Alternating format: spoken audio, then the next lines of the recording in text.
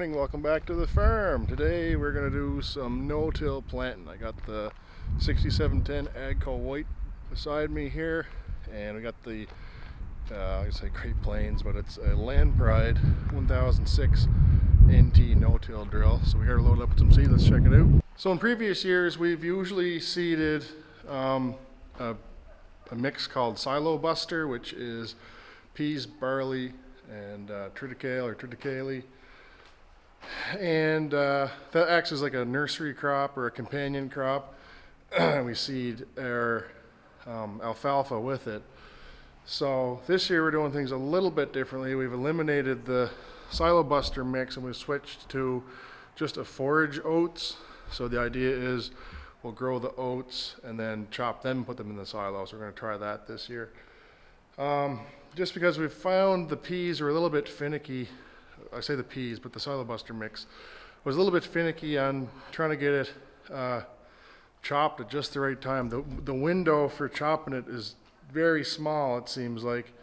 And you know, if it's ready to chop and you get a little bit of bad weather and it puts you out a week or whatever, or you know something else is going on, the crop is too far gone by that week, and the quality is not there. So we just wanted to try something different this year, and that's what we decided to go with, was the forage oats. So I'll take you up on the seeder here and we'll have a look in the seed boxes. So in the main seed box here we have our oats. We also have fescue, meadow fescue mixed in with that. I want to say we're doing, I have to change it actually. We're going to do 40 pounds to the acre on oats. Fescue is, I can't remember what fescue is. I just did it too, but anyway, it doesn't matter. It doesn't matter. Fescue's only a couple pounds. And in this here, the smaller box, we have our alfalfa, which is actually 80% alfalfa and 20% Timothy. It's the Pioneer forage mix. You can see the green and white bags over there. So that's what we're going with. I got enough in here to do probably 10 acres or so. So we're just about ready to go. I just got to change the settings. All right, so I just got to look at this book here. Because we set it to 50, then I decided to take it back a little bit. We'll do 40 pounds to the acre on the oats. Just because we're not really trying to grow a bumper crop of oats, just want it for a nursery crop. So I just got to drop it down. It's set at 60. I know that means nothing, but it's set at 60 now, and I got to drop it down to 50. So this is that adjustment I was talking about. I had it set at 60. And I just dropped it back to 50. There's no real, the numbers have no real correlation with the pounds of the acre. It just happens to be the setting number on the drill. It's just coincidence that it, you know, I move it back 10 numbers and it goes 10 pounds to the acre. But depending on what drive position your gearbox is in, that might be different. So anyway, so everything's ready to go now, until we get to the field and decide we have to change things around 15 times trying to get their seed depth right and end up right back where we started. But anyway, so we'll I don't know, we'll get started, I guess. Well, I've made a few passes. I think I'm happy with it now, or at least I'm gonna have to be. It's set about as shallow as it'll go, and yeah, it could still use to be a little bit shallower, but not a whole lot I can do. So anyway, we'll have to roll with it, see what happens.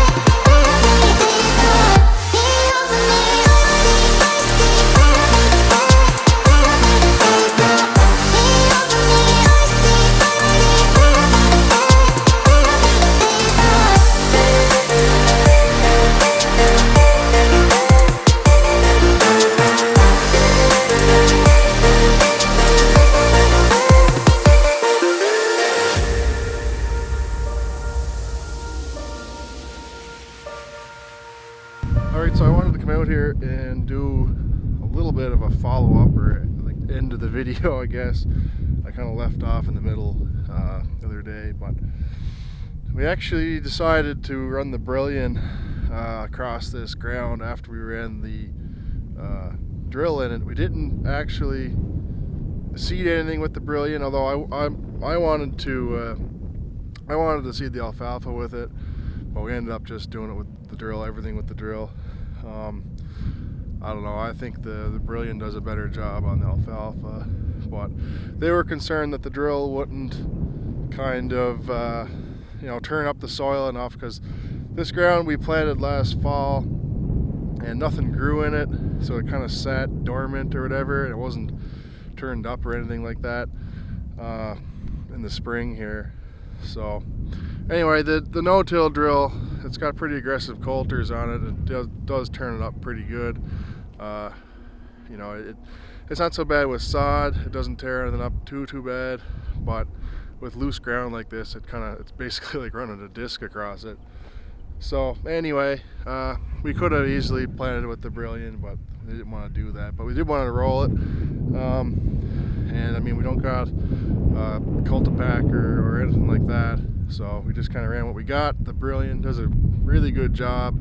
It's nice to have one a little bit bigger, because it's 5 foot wide in the back of the 135. It takes a little bit of time to do it, but the results are pretty good. Everything looks pretty good. Everything's packed down pretty nice. So I mean, we're happy with it.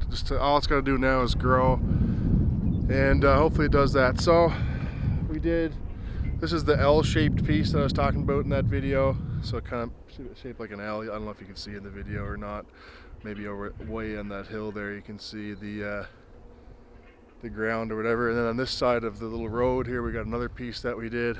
So I think it was like 7.5 acres total, and that's you're going to be your oats and a little bit of fescue and alfalfa timothy mix. I think it's like a 90-10 alfalfa timothy mix from Pioneer. So anyway, we'll see how that goes, and we're moving on to different ground, so I'll make a new video on that. That'll be sometime in the future. I don't know where we're at here in videos, but I gotta do some actual real no-till, well, sort of, I guess, in the former corn ground. So anyway, we'll catch us in the next video. Thanks for watching. Don't forget to hit the subscribe button, ring the little bell so you don't miss any of the new content. And yeah, we'll see you in the next one.